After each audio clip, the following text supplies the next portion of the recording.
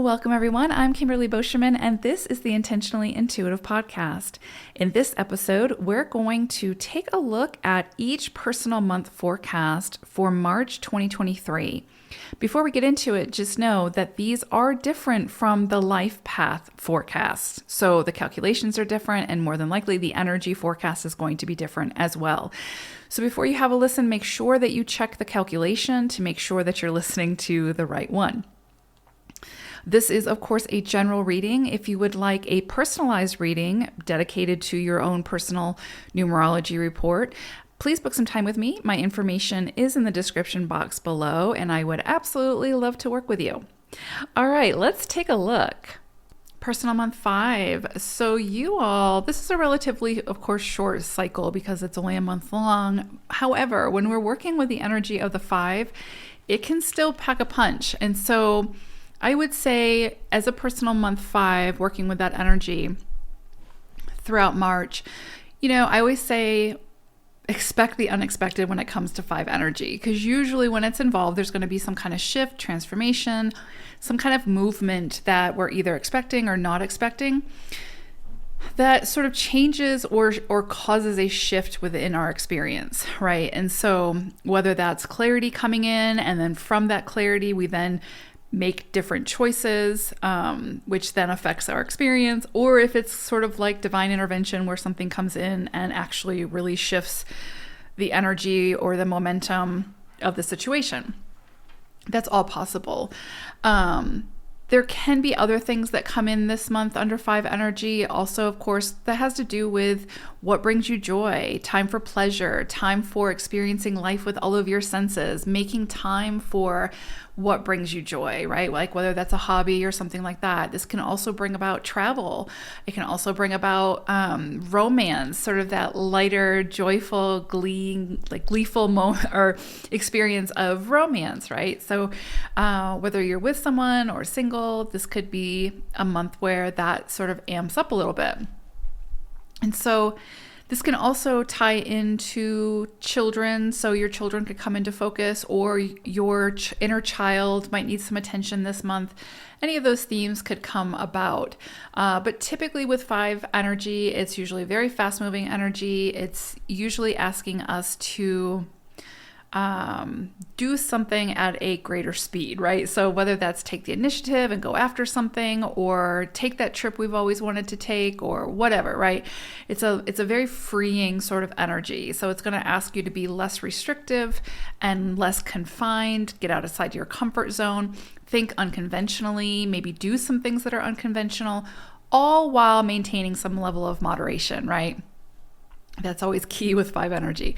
But I would say under this cycle, just be as adaptable as possible, sort of as fluid as possible, right? Like just move with whatever comes in your way, because 5 energy is going to ebb and flow. And so just be as adaptable as possible, right? Move with the energy, try to work with it and see where it takes you, because usually when there's a little bit of a longer, it's not like a day cycle, it's a month cycle. So you may see some shifts, but just move with the energy, see where it takes you.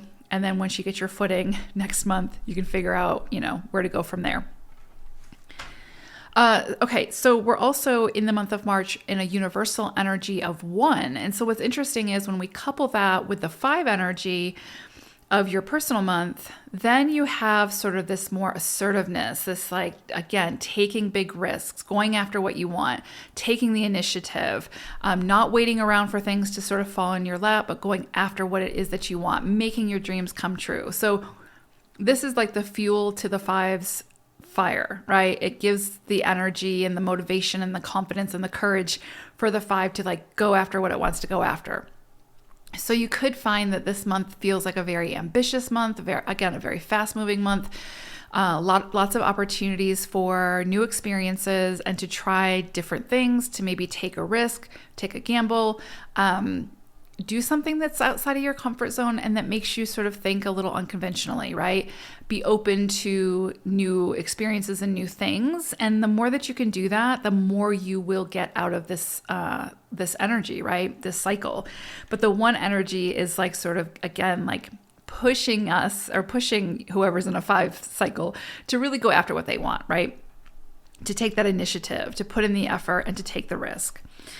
Now, we do have a full moon that's occurring on the 7th of March. And for you all, it's going to bring about this energy of the 13-4. So this is such a or has the potential to be, this is of course a general reading, but this has the potential to be a very transformative month for you all, to be honest, because this full moon bringing in the energy of the 13-4, the 13-4 is transformation. It is, it's the energy of like Pluto, right? Of, the death card in tarot. So it's very much about death, transformation, rebirth, and rebuilding something with integrity, right? And so because again, it's only like a shorter cycle, it's a month long, you probably, although some of you will, you probably won't see these like grand sweeping changes come through. Again, some of you may. But for the majority, it's going to be something more progressive, right? Where something comes in, you get some clarity, you decide that you want to make some changes, and you start that ball rolling, especially under this full moon. So there may be some things that you want to shift or adjust because maybe there's been a change in a belief system or a change in mindset or something like that. That is, of course, very possible. And because of that clarity, because of that change, then you start the ball rolling to make those changes, to shift the experience, right? So again, it becomes more progressive.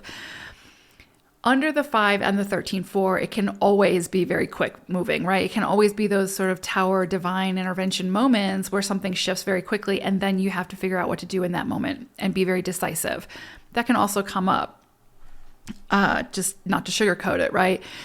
But both the 13-4 and the 5 energy, what that energy is trying to facilitate is again some kind of shift or movement within your experience, right? So there's and that's only going to affect the areas of your life that need a shift or have become stagnant or again like have sort of lost steam, but you need to pick the steam back up, right? So that's where this is going to come into play.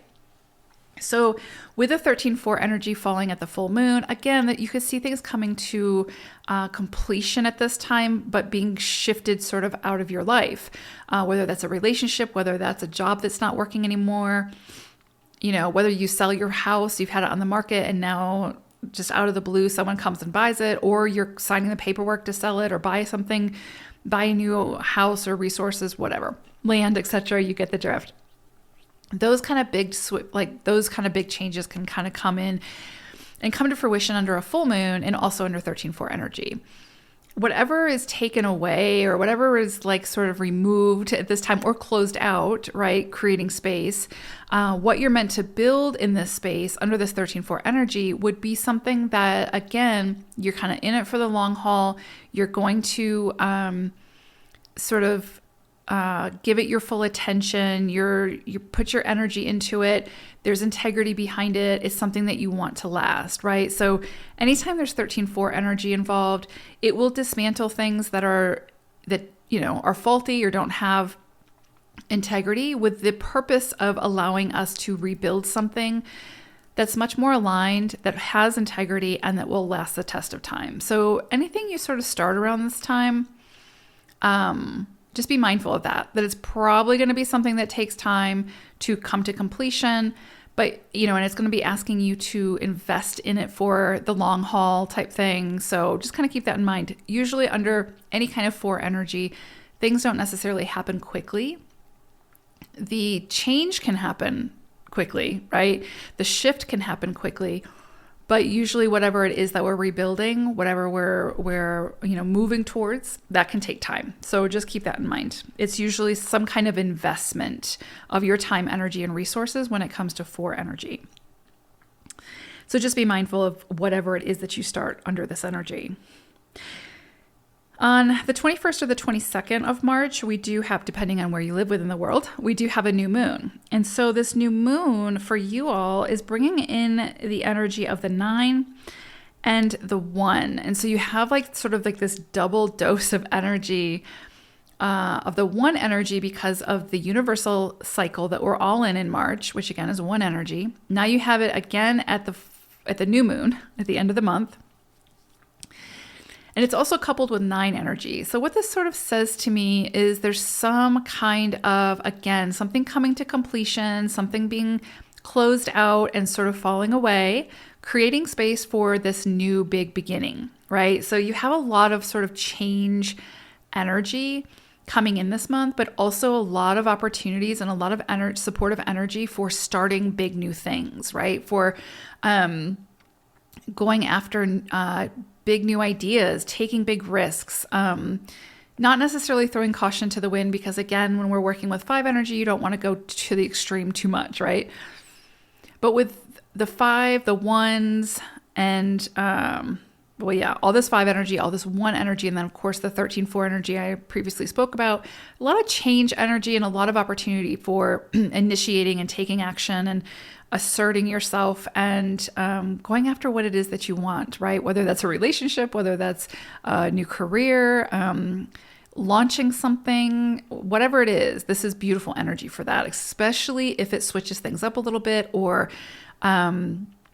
sort of ignites your spirit, gets you excited, brings you joy, all of these things, right? All of this energy is sort of helping and assisting and pushing you towards that more, just playful energy, right? And unconventional energy. And again, thinking outside the box and all those things. But again, the 9 energy in this scenario, I would say sort of brings about some kind of ending or something being released or completed to clear the plate or to clear the space for these new, big, fresh new starts, right? Where it might feel uncomfortable or outside of your comfort zone, especially when we're working with 5 and 1 energy. So that's very possible.